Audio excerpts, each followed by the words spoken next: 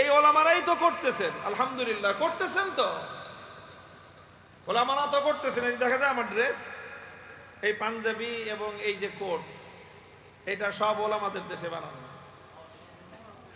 যারা সারা দুনিয়াকে দেখায় দিয়েছে অর্থনৈতিক উন্নতি একটা রাষ্ট্রের কিভাবে করতে হয়, একটা রাষ্ট্রের উৎপাদনশীলতা কিভাবে বৃদ্ধি করতে হয়, সারা দুনিয়াকে দেখায় দিয়েছে। সারা দুনিয়ার সমস্ত কুফরি শক্তিগুলোকে তোয়াক্কা না করে কিভাবে একটা স্বাধীন, একটা আত্মমর্যাদা সম্পন্ন জাতি গঠন করা যায়, এই হুজুররাই দেখায় দিয়েছে। 40 বছর তারা যুদ্ধই করছে, কেন পড়ালেখা করার তেমন একটা সময় পায় নাই, যা পড়তো তাও সব ওই পাকিস্তানে এসে পড়াশোনা করতেন তারা। এখন তারা সেখানে সমস্ত পড়াশোনা এলমের এমন এমন মার্কাজ করছে।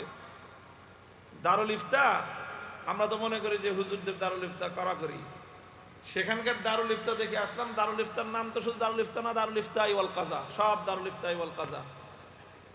কারণ এখন বিচারক সংকট, এই জন্য 2 বছর করে পড়ায় পড়ায় সব বিচারকের পদে বসায় দেওয়া হয়েছে।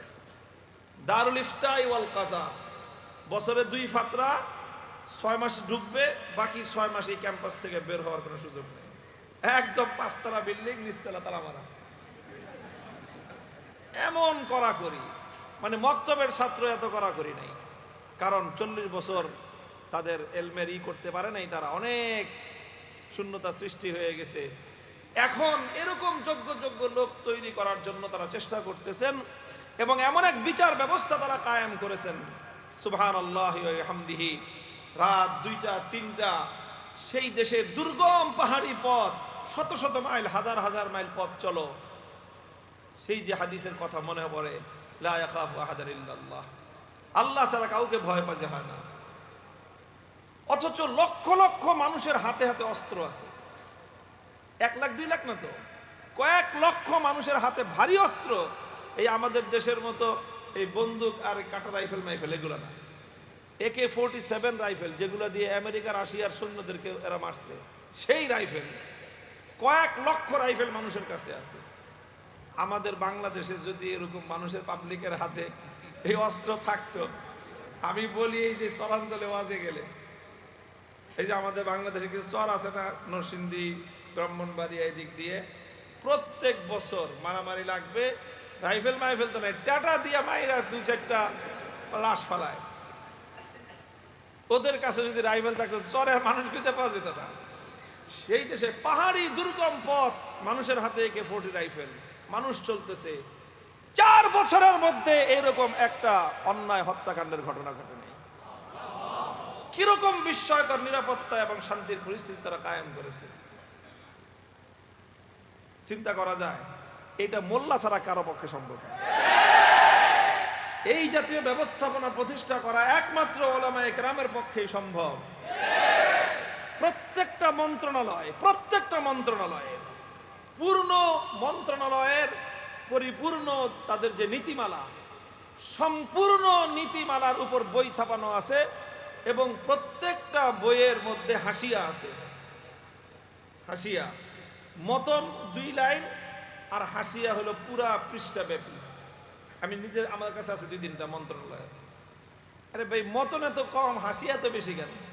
হাসিয়ার মধ্যে সব কোরআন, হাদিস এবং ফিকহে হানাফির রেফারেন্স, সমস্ত ফিকহে হানাফির যে সমস্ত মারাজে যে সমস্ত কিতাব আছে, কদিম কিতাবের সব 3টা মাসদার থেকে, কোরআন, হাদিস এবং ফিকহে হানাফির মারাজে বড় বড় কিতাবগুলি থেকে, কুতুবুল উসুল থেকে সমস্ত হাওয়ালা দিয়ে কোন মন্ত্রণালয়ের কোন নীতিটা কোরআনের কোন আয়াতের আলোকে, কোন হাদিসের আলোকে, ফিকহে হানাফির কোন মাসালা এবং কোন ফতোয়ার আলোকে এটা রাষ্ট্রীয় নীতি হিসেবে সাব্যস্ত হয়েছে, সব সরাসরহাত শুরুহাত সহ প্রত্যেকটা মন্ত্রণালয় থেকে এরকম নীতিমালা আছে। একেবারে বিতফসিল কোন একটা রাষ্ট্রীয় সিদ্ধান্ত ফিকহের তাহকিক ছাড়া হয় না। কোরআনের দলিল লাগে, হাদিসের দলিল লাগে, পাশাপাশি ফিকহে হানাফির দলিল লাগবে, ফিকহে হানাফির দলিল। এবং এই যে 30 জনের মতো মন্ত্রী, 28 জনই সব দেওবন্দি হুজুর। কাজীউল কুজাত, প্রধান বিচারপতি মোল্লা আব্দুল হাকিম হাক্কানি, অনেকগুলি কিতাব আছে তার আরবিতে কাজার উপর। উপমহাদেশের একজন মজবুত আলেম, উনি জবরদস্ত আলেম। আলহামদুলিল্লাহ, আমি বলতে চাই প্রক্রিয়া পদ্ধতি যেটাই হোক, কিন্তু হুজুররাই যে একমাত্র পরিপূর্ণ পিওর ইসলামিক রাষ্ট্র ব্যবস্থা আজকের একবিংশ শতাব্দীতে কায়েম করতে পারে, এটা একটা প্রমাণিত সত্য। বাকি সবগুলো হলো দাবি, কোনোটাই প্রমাণিত না। অন্যরা পারবে, পারতে পারে, সম্ভাবনাময়, এখনো চেষ্টা করতেছে। উইল ট্রাইং, আমরা ট্রাই করতেছি, চেষ্টা করতেছি, আমরা ডেভেলপ করতেছি, উন্নতি করতেছি, আর আমরা করে সারছি।